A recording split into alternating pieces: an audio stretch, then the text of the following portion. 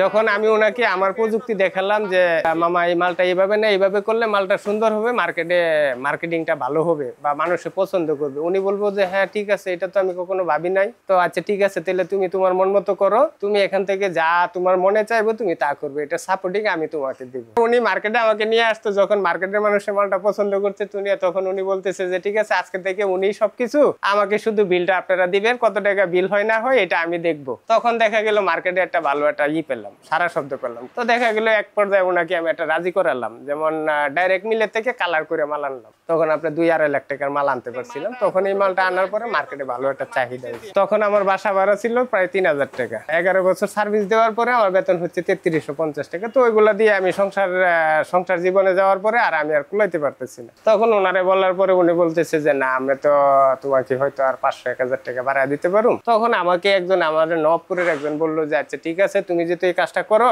তাহলে তুমি আমাকে কিছু মাল বানায় দিও। তখন আমি ওইখান থেকে দেখা গেল যে আমার বাসায় আমি আস্তে আস্তে আমি এই জিনিসটা শুরু করতেছি। বাসায় মেশিন না, আমি হাতে কাটতেছি বা বিভিন্ন জায়গা থেকে মেটাল সংগ্রহ করে আমি অন্য জায়গা থেকে কাটায় এনে কাজ করতেছি। এইভাবে করতে করতে করতে করতে দেখা গেল চাকরি যখন করতেছি উনি একটু বাধা দিতেছে আমার। তো এক পর্যায়ে বাধা দেওয়ার সময় আমি বললাম যে ঠিক আছে, আমার দ্বারা পসিবল না, আমি করতে পারতেছি না। তো তখন দেখা গেল যে আমাকে একজনে 20,000 টাকা দিল, আমার 1250 টাকা পুঁজি ছিল তখন। যেমন মার্কেটে এই মালটার দাম 17 টাকা, আমি ওনাকে 14 টাকা দিয়ে মালটা করে দিচ্ছি। 14 টাকা দিয়ে করে দেওয়ার পরে আমার 30,000 টাকা প্রফিট পেয়েছি একদিনে, আমার 30,000 টাকা প্রফিট। উনিও খুশি যে আমি 17 টাকার মালটা 13 টাকা দিয়ে পাচ্ছি। তো এইভাবে দেখা গেল যে আমার বাসা থেকে আমি একটা ছোট রুম নিয়ে নবপুরে আমি শুরু করছি। আমার ব্যক্তিগতভাবে আমি সবসময় চেষ্টা করি যে আমার এটা যাতে আমি আন্তর্জাতিক পর্যায়ে যে মালগুলো আছে তাদের চেয়েও যাতে আমার মালের কোয়ালিটিটা তাদের সমতুল্য বা তার চেয়ে বেটার কি দেওয়া যায় এটার ভিতরে। তো সেক্ষেত্রে দেখা গেল আলহামদুলিল্লাহ আমি চাইনিজদের সাথে, চাইনিজ যে মালগুলো আছে তাদের প্রোডাক্টের চেয়ে আমাদের প্রোডাক্টের গুণগত মান আলহামদুলিল্লাহ ভালো, খারাপ না।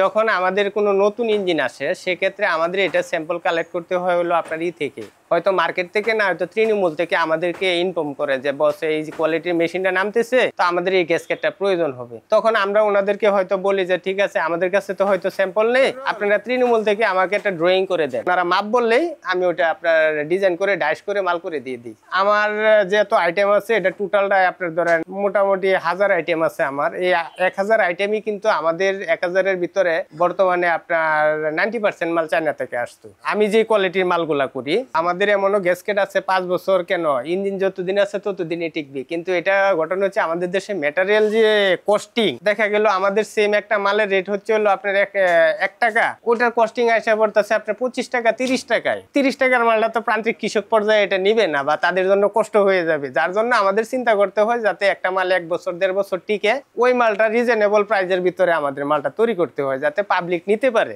এখন আলহামদুলিল্লাহ আপনাদের দোয়ায় বা আমার সারা বাংলাদেশের যারা শুভাকাঙ্ক্ষী আছে, গ্রাহক আছে, তাদের সাপোর্টে আমি এখন আলহামদুলিল্লাহ 90% আমাদের গ্যাসকেট জগতে আমি তৈরি করতে সক্ষম। বিভিন্ন রেঞ্জের আমাদের মাল আছে, যেমন আমাদের এই যে হাই কোয়ালিটির মাল আছে, যেমন এটা বাংলা, এটা হচ্ছে হলো চায়না। যে এইভাবে আমাদের যত প্রকার গ্যাসকেট আছে, ইঞ্জিনের পাওয়ার টিলার, সেলো মেশিন, যত প্রকার গ্যাসকেট আছে ইঞ্জিনের গ্যাসকেট আমরা প্রস্তুত করে থাকি।